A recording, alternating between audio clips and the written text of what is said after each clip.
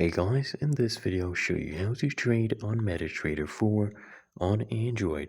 First thing I want you to do is just install the app, launch the app. If you haven't already, go ahead and create an account for MetaTrader. Now once you have your trading account set up, okay, you can either open a demo account, right, or just log in to your new account. Let me go ahead and name this one right here. And there we go. And then you create your account. After you've filled in all your information and your account is created, okay, you can begin trading. So here you'll see all the different assets, right? This is euros, USD. You can click on any, and then you just click on new order.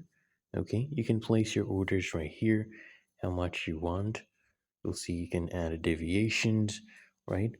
These are instant execution orders, so you can set how much you want to buy. Then whether you want to buy or sell, you click accordingly right here. Okay, so you input all the data, and then once you're happy with it, you can just come here and click on buy, as long as you have the amount to make the purchase. So in this case, I'm going to place a sell order. As you can see right here, order is open, and then you can see this is our position, and just wait for it to complete, and you can view everything right here, see what it will end up as. So it's really that easy. So if you found this helpful, make sure you smash that like button and subscribe to App Mentor.